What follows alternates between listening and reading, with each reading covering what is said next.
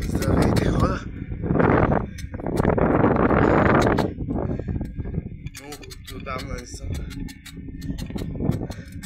карал колело и сега се разцепвам.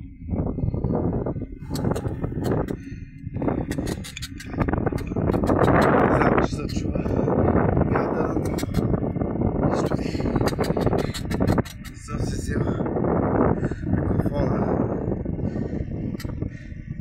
Иначе за другия влог оставам, ще си го взема. Да не се почва чак толкова. Това хубав вятър.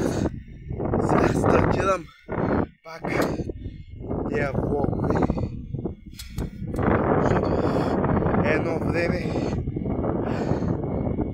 много хубаво беше с тия влогове. Много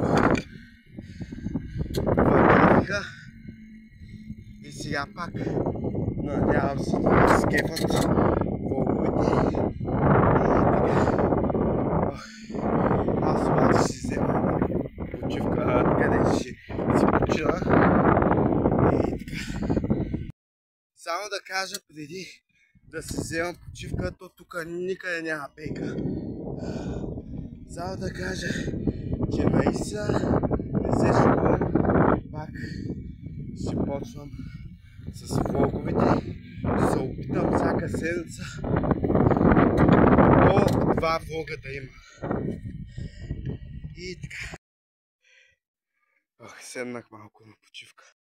Речи да си, че съм изминал няколко километра. Право ви казвам, не мога да дишам. После в края на видеото ще ви покажа точно колко километра съм навъртял.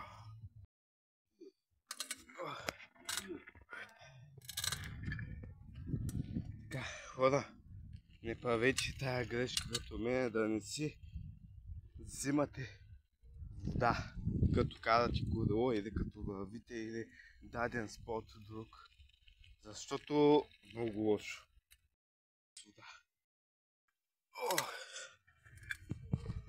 Малко си починах. Малко си починах и пих вода, което е най-важното. То се речи, че съм пил вода и съм си починал. И сега пак започвам да карам.